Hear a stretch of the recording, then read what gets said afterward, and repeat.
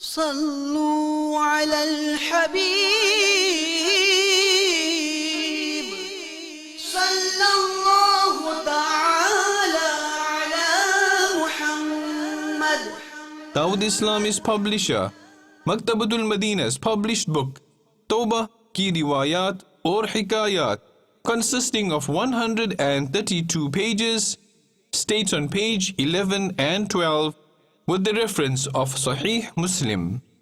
It is narrated by Hazrat Sayyidina Abdullah ibn Umar radiyallahu ta'ala anhuma that the Holy Prophet sallallahu ta'ala alayhi wa alihi wasallam said, O people, repent to Allah.